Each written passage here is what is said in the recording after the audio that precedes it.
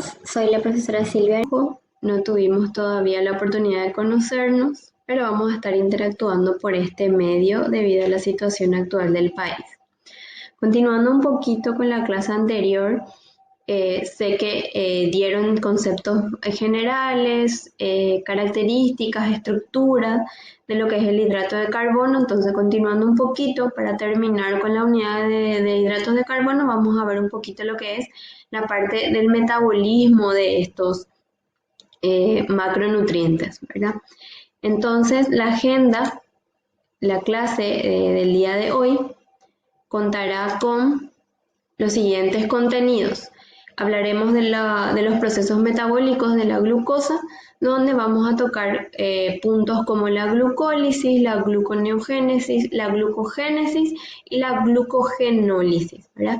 Son procesos bioquímicos que lo que ayudan es a degradar estructuras y formar nuevos compuestos para la obtención de energía para la célula.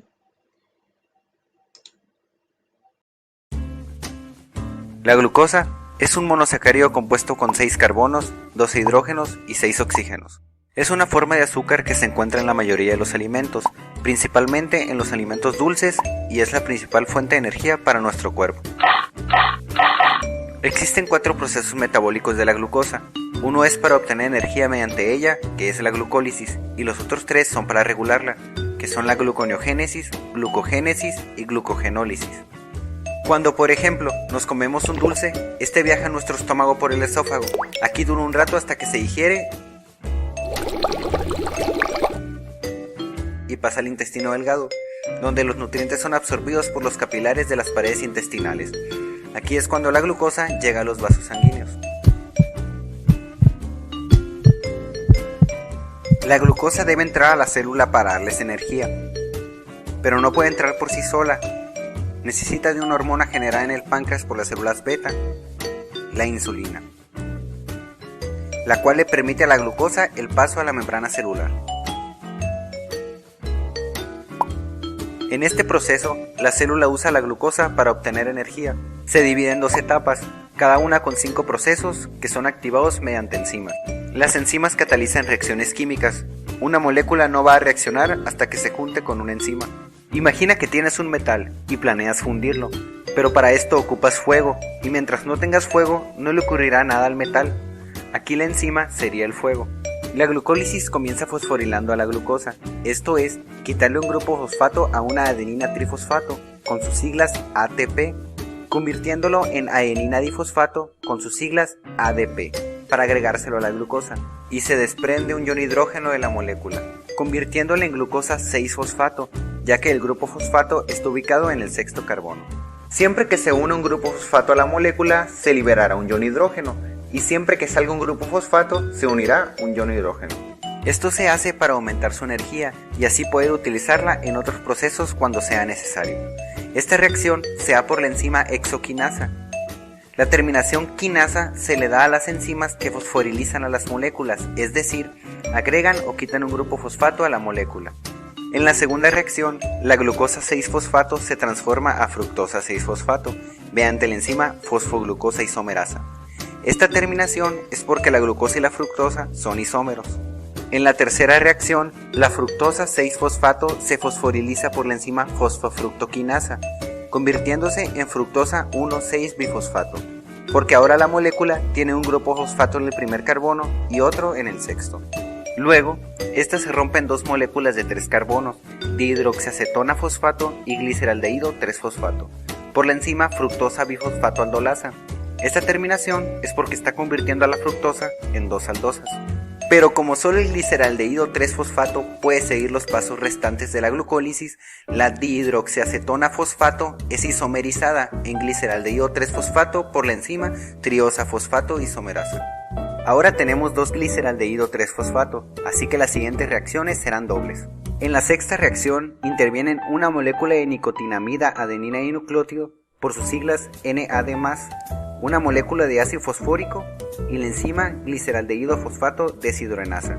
El grupo fosfato del ácido fosfórico se une al primer carbono del gliceraldehído, formando 1,3-bifosfoglicerato, porque ahora tiene un grupo fosfato en el primer y el tercer carbono. Y de los dos hidrógenos restantes, uno se une al NAD+, para formar NADH, y el otro sale de la reacción como un ion hidrógeno libre. En el siguiente paso, la enzima fosfoglicerato quinasa transfiere el grupo fosfato del carbono 1 a una molécula de ADP, formando 3-fosfoglicerato y la primera molécula de ATP de la vía. Pero como son dos fosfogliceratos, se forman dos ATPs. Luego, el 3-fosfoglicerato se isomeriza en 2-fosfoglicerato gracias a la enzima fosfoglicerato mutasa. En la penúltima reacción, la enzima enolasa hace que se forme un doble enlace, eliminando una molécula de agua formada por el hidrógeno del carbono 2 y el OH del carbono 3, y como resultado obtenemos fosfoenol piruvato. Y al final, el grupo fosfato se desprende, convirtiendo una molécula de ADP en ATP, y se une un ion hidrógeno en el carbono 1, cambiando de lugar el doble enlace y así terminar en piruvato, por la enzima piruvato quinasa. Y como total al final de la glucólisis tenemos 4 ATPs, pero como se usaron 2 en las primeras reacciones, entonces tenemos 2 ATPs, 2 NADHs y 2 piruvatos, que serán usados en otras reacciones metabólicas. Ahora pasamos a la gluconeogénesis, que es el proceso inverso a la glucólisis, partiendo desde piruvato, que puede venir como resultado de procesos adversos a la glucólisis, obteniendo glucosa si es que esta falta en la célula. Y mientras este proceso esté activo, la glucólisis no lo estará, o viceversa, para evitar reacciones en ciclos e innecesarias.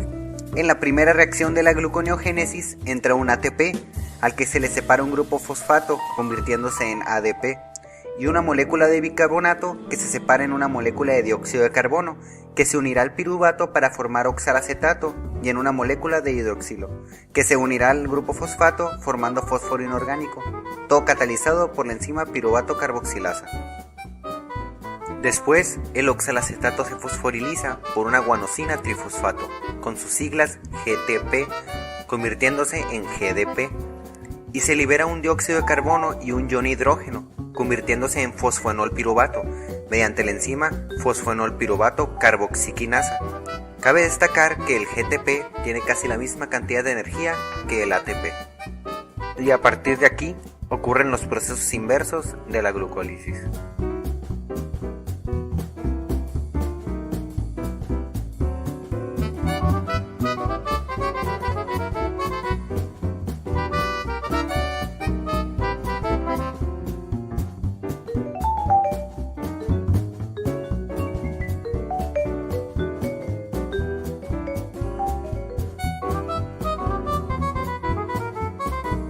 Hasta llegar a la fructosa 1,6-bifosfato.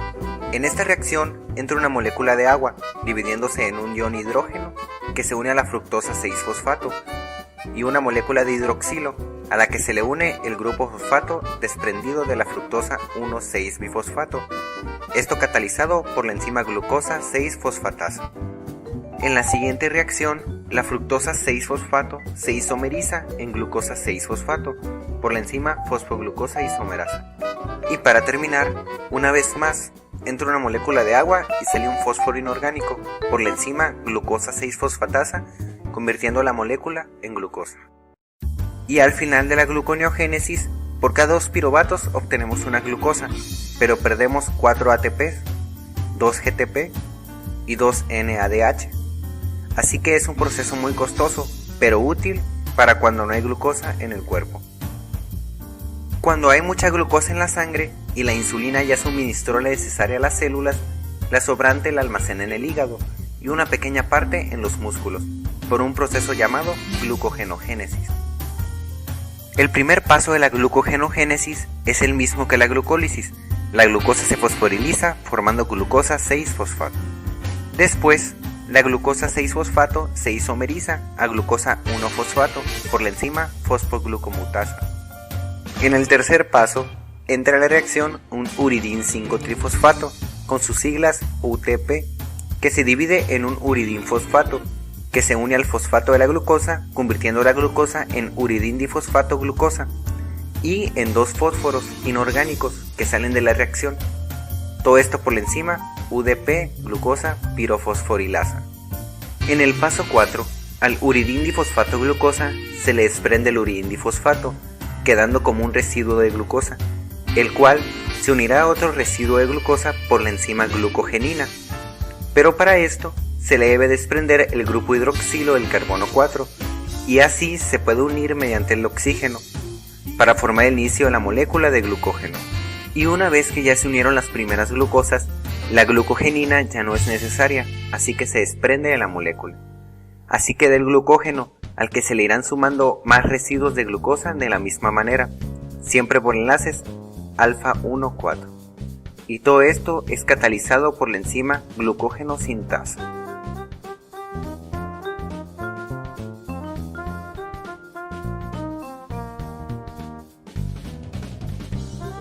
Ya que hay muchas glucosas en la cadena principal, se ramifica mediante enlaces alfa 1,6 por la enzima ramificante. A esta ramificación se le siguen uniendo glucosas mediante enlaces 1,4 y cuando llega a 8 glucosas se vuelve a ramificar y así sucesivamente. Una molécula de glucógeno puede llegar a tener hasta 120.000 moléculas de glucosa. Cuando hay muy poca glucosa en la sangre, el páncreas activa las células alfa, que producen glucagón, y este irá al hígado a desintetizar el glucógeno, para convertirlo en glucosa y así balancear los niveles en sangre. La glucogenólisis es el proceso inverso a la glucogenogénesis. Cuando una está activada, la otra se desactiva. Primero, el glucagón activa la enzima glucógeno fosforilasa, que separa las glucosas, y añade un grupo fosfato a cada una de ellas, convirtiéndolas en glucosa 1-fosfato, moléculas que veremos más adelante. Cuando quedan 4 glucosas en la ramificación, entra la enzima desramificadora y transfiere una triosa a la cadena de donde parte la ramificación, para así poder separar la glucosa con enlace 1,6. Después, la enzima hidroliza la reacción, uniendo un grupo hidroxilo al glucógeno y un hidrógeno al residuo de glucosa para convertirlo en glucosa, y así entra los diferentes procesos metabólicos. Volviendo con las glucosas 1-fosfato, estas se isomerizan en glucosa 6-fosfato para luego convertirse en glucosa. De esta glucosa, la que fue formada en la glucogenólisis de los músculos se usará en otros procesos, y la formada en el hígado saldrá nuevamente a la sangre para seguir con el metabolismo.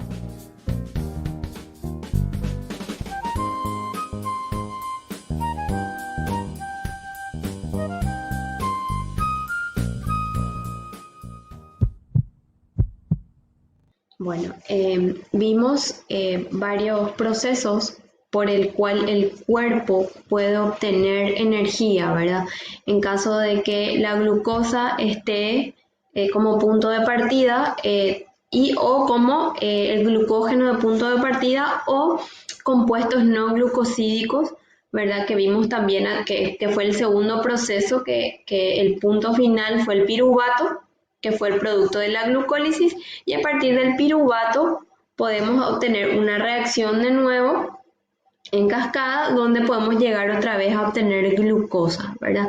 Entonces todos estos procesos son súper importantes y se desarrollan continuamente, ¿verdad? Entonces si estos procesos no se cumplen, nosotros no tendríamos razón de vivir. Entonces esto hace de que la base fisiológica bioquímica tenga un papel muy importante, en el sentido de que ustedes como futuros nutricionistas deben entender en que cuando hay un momento de déficit de energía, el cuerpo va a hacer todo lo posible para seguir equilibrando, para poder seguir manteniendo eso hasta que se agote todas las instancias, ¿verdad? Recordando nada más que dijimos que la función principal en el cuerpo de los hidratos de carbono es justamente una función energética, ¿verdad? De proveer de energía al organismo.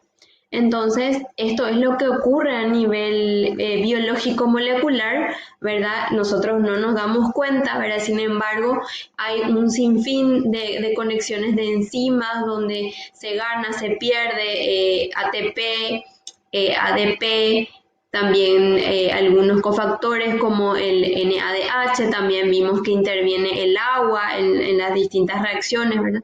Entonces, quisimos apoyarnos un poquito de ese video que nos pareció bastante interactivo y didáctico para que ustedes también puedan, digamos, entender, ¿verdad? Entonces, vamos a pasar con el siguiente videito. Directamente el tema del ciclo de Krebs, también conocido como el ciclo de ácido cítrico o de los ácidos tricarboxílicos. Antes de comenzar este video, les recomiendo revisen el video de la glucólisis, que sirve como base para este video. Aunque no es obligatorio, les prometo que les ayudará mucho. El ciclo de Krebs es la ruta metabólica más importante para obtener energía celular en forma de ATP o adenosintrifosfato. Es capaz de transformar los productos del metabolismo de azúcares, grasas y proteínas en energía, siendo el azúcar el más común. Pero, ¿cómo lo hace? Para comenzar, ocupamos saber que el ciclo de Krebs se lleva a cabo en las mitocondrias, a diferencia de la glucólisis que se lleva a cabo en el citoplasma. Otra diferencia es que el ciclo de Krebs es dependiente de oxígeno, a diferencia de la glucólisis que es anaerobia, es decir, no ocupa oxígeno. Y esta es la razón por la cual los humanos respiramos y ocupamos oxígeno para vivir. Sin oxígeno, el ciclo de Krebs se detiene, y por lo tanto se detiene la formación de energía celular, lo que llevará a la muerte.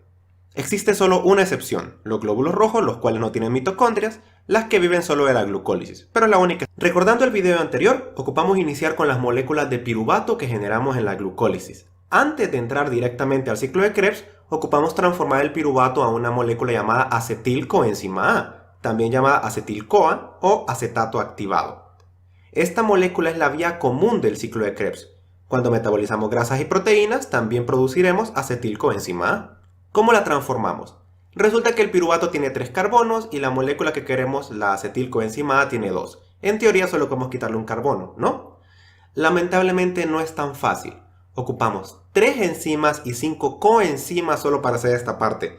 Por fortuna para los estudiantes, todo este grupo enzimático se denomina como el complejo piruvato deshidrogenasa. Así que en lugar de memorizar 8 nombres, solo ocupan uno. A menos que su profesor de bioquímica los odie y les pida memorizar las 8 enzimas. En todo caso, les dejo los nombres en la pantalla. Entonces, agarramos a nuestro piruvato, lo colocamos cerca de una molécula llamada coenzima A SH. En teoría, lo que ocupamos hacer es quitarle esa coenzima A y dársela al piruvato. Pero ocupamos un ingrediente adicional, el NAD+, uno de los jugadores más importantes del video pasado. Cuando juntamos los 3 en el mismo lugar y activamos el complejo de piruvato deshidrogenasa, terminaremos con una acetilcoenzima A, que es lo que queremos, y algunos productos de desecho entre comillas, que son una molécula de dióxido de carbono, una molécula de NADH, que si recuerdan es la forma hidrogenada de NAD+, que es ligeramente inútil en este paso, y un hidrógeno libre. Ahora, con nuestra acetilcoenzima A entraremos a un grupo cíclico de enzimas y productos, el ciclo de Krebs propiamente dicho, en donde jugarán 8 reacciones. Bueno, técnicamente son 9 ya que una se divide en 2 subreacciones pero con la misma enzima. La acetilcoenzima A se juntará con una molécula llamada oxalacetato, y ambas serán manipuladas por la enzima citrato sintasa para crear, bueno, un citrato, que de ahí el nombre del ciclo. Este proceso se le llama condensación, ya que se toma una molécula de agua del ambiente y se agrega la molécula acetilcoenzima A para generar el citrato. Debido a esto también se pierde la coenzima SH que tenía el acetil. Adiós coenzima, fuiste muy útil mientras duraste. El citrato ahora será procesado por la enzima aconitasa en un proceso llamado deshidratación. Se llama así porque se pierde agua. Así que al menos eso es fácil. La molécula resultante se llama cis-aconitato. El resultado es muy inestable. Esta reacción debe estabilizarse rápido, así que otra vez la aconitasa vuelve a trabajar en la enzima y vuelve a hidratar la molécula, le vuelve a colocar una molécula de agua. Yo sé que esto parece extremadamente redundante, pero al deshidratarla y a volverla a hidratar, realmente los hidrógenos y oxígenos cambian a una ubicación más estable. Ahora la molécula se llama isocitrato. El isocitrato será procesado por la enzima isocitrato deshidrogenasa, en un proceso llamado descarboxilación oxidativa. Aquí pasa algo muy importante. La palabra clave es deshidrogenasa. Eso significa que le quitaremos un hidrógeno. Este hidrógeno no se quedará flotando ahí nomás. Buscará lo más cercano que lo estabilice. Y se estabiliza con un NAD+, generando por primera vez en el ciclo de Krebs un NADH. Además se pierde un CO2 en el proceso que terminaremos exhalando. Esto último no es tan relevante para el ciclo propiamente dicho. La molécula resultante de esta enzima se llama alfa-cetoglutarato. El alfa-cetoglutarato es una molécula problemática. Es bastante estable y no es posible descomponerla con facilidad, así que ocuparemos otro complejo enzimático de nuevo para modificarlo. Esta vez usaremos algo llamado el complejo de alfa-cetoglutarato deshidrogenasa. Aquí se consumirá la coenzima ASH que habíamos quitado hace rato en el primer paso. Hola coenzima A, ya te extrañaba, qué bueno que regresaste. Y se unirá a la nueva molécula. Y se moverá una molécula de CO2 en el proceso. A todo esto se le llama descarboxilación oxidativa, recuerden. Y aquí algo importante de nuevo. En este proceso enzimático nuevamente perdimos un hidrógeno. Por lo tanto, se vuelve a unir a un NAD+ y generamos nuestro segundo NADH. La enzima resultante es la succinil coenzima A, ya que le pusimos una coenzima A nuevamente. El succinil coenzima A también es una molécula problemática. Pero como debemos imaginar, ahora tenemos que quitarle esa coenzima A de nuevo, usando una enzima llamada succinil coenzima A sintetasa. Eso le quitará la coenzima A. Adiós coenzima, me recuerdas que lo que fácil viene, fácil se va. Pero sucede una reacción muy rara. Por primera vez observamos la aparición de una molécula llamada GDP. El GDP a nivel funcional es lo mismo que el ADP. Sirve para dar energía, pero ya perdió un fosfato. El GDP viajará junto a un fosfato inorgánico que está en el ambiente y se aprovecha de la reacción de succinil coenzima A para unirse a ese fosfato, lo que generará un GTP. Un GTP es equivalente a un ATP, básicamente es lo mismo. Así que, técnicamente, acabamos de ganar energía. Este proceso se llama fosforilación a nivel del sustrato. Y el resultado de la reacción se llama succinato. Ahora las reacciones son un poco más fáciles. El succinato es deshidrogenado por la enzima succinato deshidrogenasa. Pero curiosamente los hidrógenos que quedan libres no generan NADH. Esta vez generan FADH2 a partir del FAD. A nivel funcional se parecen mucho a los NADH. Son buenas moléculas que son capaces de captar hidrógenos libres al igual que el NAD. Piensen que el FADH2 es el primo excéntrico del NADH, que no se satisface con un hidrógeno, sino con dos. Pero bueno, la molécula resultante del proceso enzimático es el fumarato. El fumarato ahora se hidratará. Le vamos a colocar una molécula de agua, por medio de la enzima fumarasa. Y para variar, no tenemos ningún movimiento raro de moléculas. El resultado se llama malato. El malato se deshidrogenará por la enzima malato deshidrogenasa. El hidrógeno resultante generará un NADH. Así que ya llevamos 3 NADH y un FADH2. Y la molécula resultante es el oxalacetato. Y al fin terminamos el ciclo, ya que el oxalacetato reaccionará con el citrato sintasa y una acetilcoenzima A para generar el citrato que ya vimos en el primer paso del ciclo de Krebs. Hagamos un pequeño resumen de qué hemos obtenido. En la glucólisis obtuvimos 2 piruvatos, 4 moléculas de ATP, 2 moléculas de NADH, 2 moléculas de agua y 2 hidrógenos. Relativamente sencillo. En la preparación del piruvato a acetilcoenzima A ganamos 2 NADH en ambas moléculas de piruvato. Y en el ciclo de Krebs, por cada molécula de piruvato ganamos 3 NADH, un FADH2, un GTP, 2 moléculas de dióxido de carbono y 3 hidrógenos. Pero ya que tenemos 2 moléculas de piruvato por molécula de glucosa, lo multiplicamos por 2. Es decir, por cada molécula de glucosa en el ciclo de Krebs obtenemos 6 NADH, 2 FADH2, 2 GTP, 4 dióxido de carbono y 6 hidrógenos. Si sumamos todo el proceso, este es el resultado final de la glucólisis, la preparación del piruvato y el ciclo de Krebs. 4 ATP, 10 NADH, 2 FADH2, 2 GTP, 4 CO2 y 8 hidrógenos. Lo cual no está nada mal, pero notarán que en el ciclo de Krebs casi no obtuvimos nada de energía. Solo un GTP, que es un equivalente a un ATP. Resulta que aún falta un proceso, el más complejo de todos, el cual usará los NADH, los FADH2 y los hidrógenos para transformar los ADP en el ambiente a ATP. Es la parte más compleja pero divertida de todo esto. Bueno, como vimos, tuvimos el apoyo de estos videitos, ¿verdad? Entonces nada más que queríamos compartir con ustedes, ¿verdad? El proceso tan complejo que ocurre a nivel del citoplasma para los primeros procesos, como también a nivel de mitocondria. Esto ocurre todo a nivel celular para que justamente las células puedan seguir sus funciones de respiración celular, de intercambio de nutrientes. Entonces por eso es que estos procesos son muy importantes y están todos prácticamente conectados, ¿sí?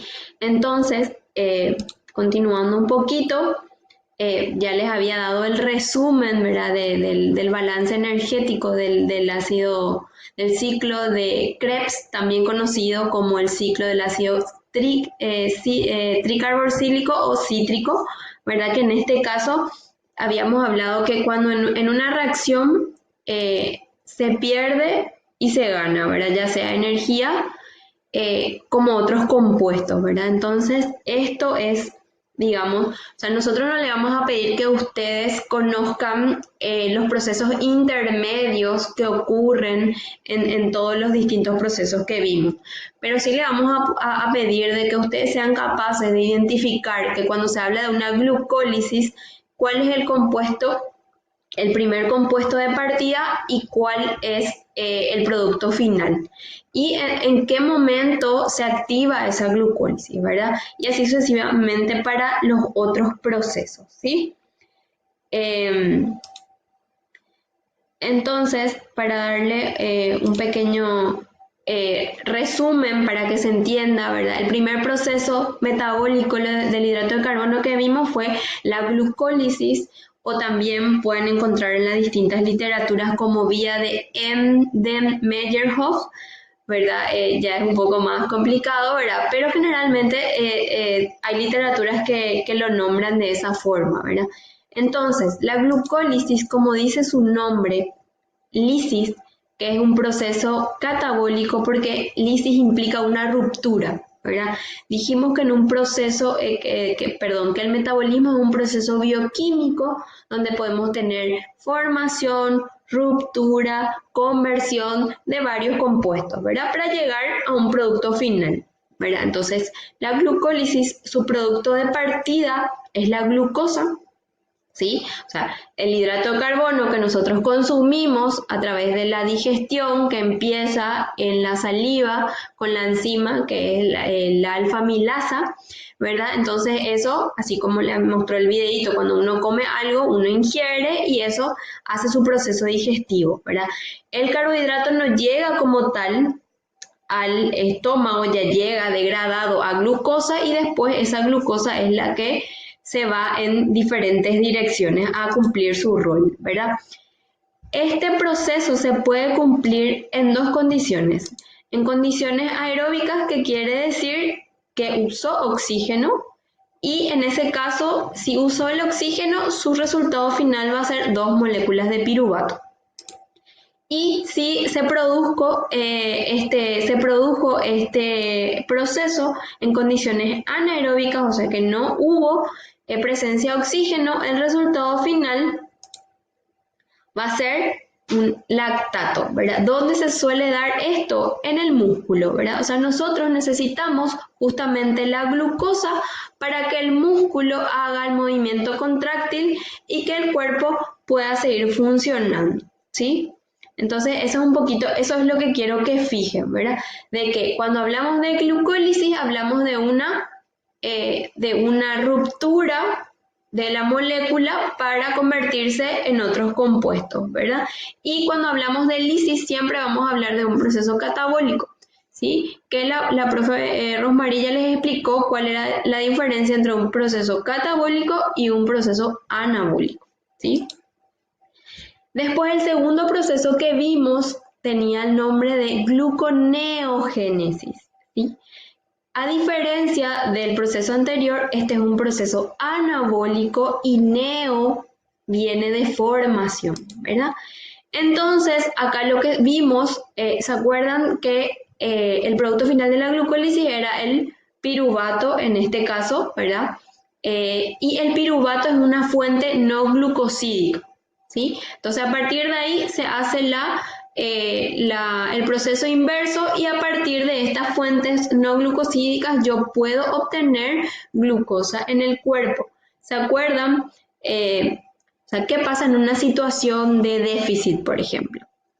En una persona enferma con una patología de base que no está consumiendo la cantidad de hidrato de carbono o que no lleva una alimentación equilibrada, lo que ocurre es justamente no hay un ingreso de los carbohidratos, entonces el cuerpo primero hace todos estos procesos que vimos hasta de, utilizar todas las reservas. Entonces, la primera reserva que se usa es la que vimos que era la del hígado, ¿verdad? Donde también se almacena la glucosa, ¿verdad?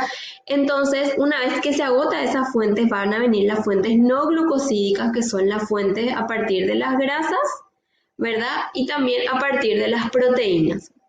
Entonces, a partir de otras fuentes que no sea propiamente la glucosa o el glucógeno, yo puedo o el cuerpo puede metabolizar glucosa también, ¿verdad? O sea, es la formación de glucosa a partir de otras fuentes que no sean propiamente un monosacárido, disacárido, etc. Se forma la glucosa, ¿verdad? Y el tercer proceso que vimos con el nombre de la glucogenogénesis, era la conversión de la glucosa en glucógeno, ¿sí? Se hace parte de la glucosa para obtener glucógeno, ¿sí? Porque habíamos visto que la glucosa también se almacena de forma de glucógeno, ¿verdad? Principalmente en el músculo. Y por último era el proceso de la glucogenólisis. Esto es también una reacción catabólica, ¿verdad? Que ocurre, se rompe varias estructuras en el proceso, y esto es al revés. Vieron cómo acá mi punto de partida es el glucógeno y yo libero glucosa para que las células puedan seguir liberando energía, ¿verdad? ¿Se entiende esto, verdad? Vamos a volver atrás para que entiendan un poquito la glucogenogénesis. El punto de partida es desde la glucosa, yo voy a convertir glucógeno. Y la glucogenólisis del glucógeno, que es una molécula un poco más compleja que la glucosa, se va a liberar ese grupo ese grupo de glucosas, que en el video estaba súper bien explicado de cómo ocurría, ¿verdad? Entonces esos son los procesos que ocurren. Entonces, todo esto tiene una finalidad, ¿verdad? De que 1 gramo de hidrato de carbono o 1 gramo de glucosa equivale, ¿verdad? 4 kilocalorías por gramo, ¿sí? Que sabemos que los hidratos de carbono sirven como combustible para nuestras células, ¿verdad? O sea que nosotros necesitamos todo este proceso para que se libere energía, ¿sí? Y también, obviamente, algo muy importante no olvidar, de que todos los hidratos de carbono son combustibles para diferentes células del cuerpo, ¿verdad? Una de ellas, que es la primordial, es por ejemplo el sistema nervioso central, el cerebro, ¿verdad? Por eso es muy importante que un individuo, para mantenerse sano, lleve una alimentación equilibrada, que en el desayuno, que es la primera comida del día, después de haber hecho un ayuno de aproximadamente 8 horas, tenga esa carga de carbohidratos, para que justamente el cerebro pueda activarse una vez de que la glucosa llegue a ese nivel, ¿verdad? Entonces, por eso es muy importante de que nosotros en nuestro día a día, en nuestras diferentes comidas, agreguemos una cuota o una porción de hidrato de carbono, que eso va a depender mucho de la variedad. Hablaron con la profe Roma que los hidratos de carbono pueden ser simples o complejos según su estructura, que eso va a variar también dependiendo de qué tipo de plan de alimentación uno lleva. También va a incidir mucho a nivel de la digestión. Cuando uno come un hidrato de carbono complejo, la digestión dura un poco más, justamente por la complejidad, o como dice su nombre, que es complejo para su degradación, que aquel simple, que por ejemplo es una fruta, donde los azúcares simples están más disponibles para esa ruptura que ocurre ya a partir de que uno ingiere, ¿verdad? O sea, el carbohidrato empieza su digestión en la boca. Es el único macronutriente que vamos a ver que su digestión comienza a nivel de la boca. Como ya le había dicho, actúa la enzima, la alfa-amilasa o amilasa salival, también conocida con ese nombre. Entonces, Por eso es importante, si bien no nos vamos a centrar a, como les digo, que ustedes se memoricen las 6 etapas de la glucólisis, cuáles son las enzimas que entran, cuáles son los grupos que salen, ¿verdad? Porque eso es algo, digamos, ya muy complejo y profundo, con que ustedes entiendan cuál es el producto de inicio, el producto final y probablemente cuál es el producto que se pierde durante ese proceso, digamos, tendríamos cerrado esta parte del metabolismo, ¿verdad? Entonces, para ir cerrando un poquito esta sesión, vamos a volver a recordar que el metabolismo, cuando hablamos de metabolismo, hablamos de muchos procesos bioquímicos que nos llevan a la formación, ruptura y conversión en este caso, de los carbohidratos, porque es lo que estamos hablando, ¿verdad? Entonces, para cada uno de los macronutrientes vamos a ir teniendo la misma dinámica, espero que haya quedado claro. Vamos a preparar también una sesión sincrónica donde ustedes van a poder sacar sus dudas de toda esta unidad que ya vimos con ustedes, ¿sí? Esperemos que les haya servido esta clase. Por esta unidad yo me retiro. Fue un placer estar con ustedes. Nos encontramos en la próxima sesión. Muchas gracias.